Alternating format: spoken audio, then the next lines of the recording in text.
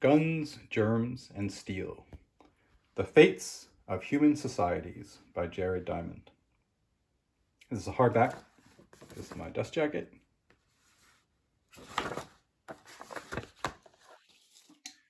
And the book itself has this sort of nice gray paper sides with quarter bound in this cloth, as you see. Bit of texture to it. Guns, Germs, and Steel by Jared Diamond. When I was reading this book when it first came out in the 90s, people would say, "What are you reading?" And I'd say, "Oh, it's called Guns, Germs, and Steel." And they would be like, they would think that it was some pirate romance novel or something, but it isn't. For anyone who hasn't heard of this book, it is a look at how societies became so different in strength, really. So, for example, I think that right near the beginning, he opens up with this anecdote.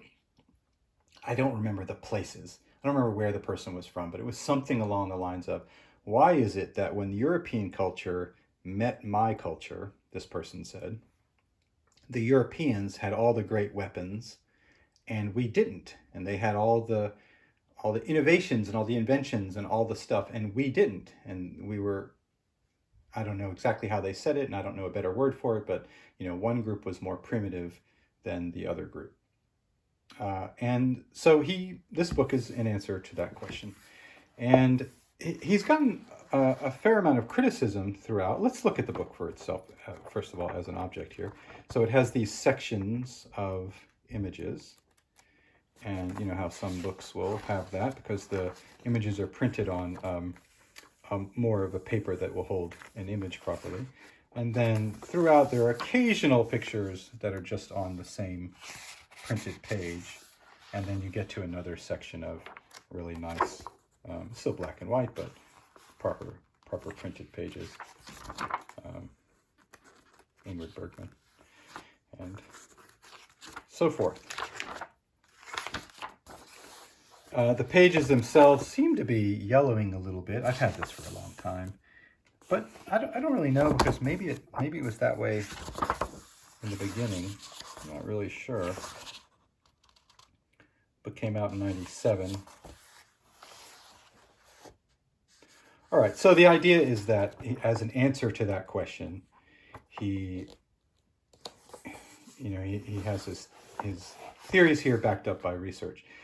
He's gotten a reasonable amount of criticism, quite a lot of criticism from historians and other people who say that he paints with too broad a brush, that he did not look at data, or at least write about data, that differs from his opinions, and that he draws conclusions that maybe are too definitive, when really it's sort of like, well, maybe that could have a part of it, whereas he says it's the answer.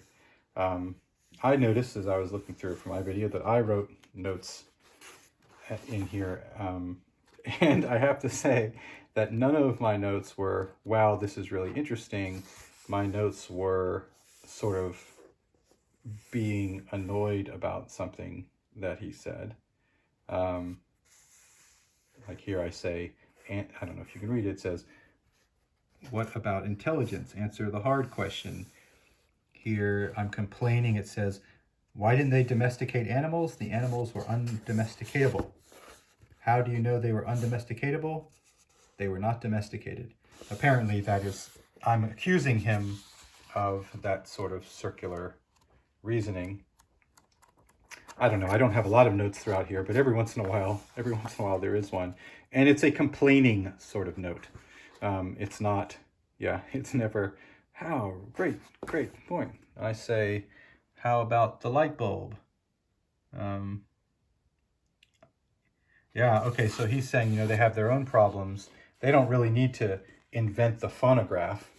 Okay, well, they don't need to invent the phonograph because they live in a place where that wouldn't be. But what about the light bulb? Surely that would be a helpful thing for them.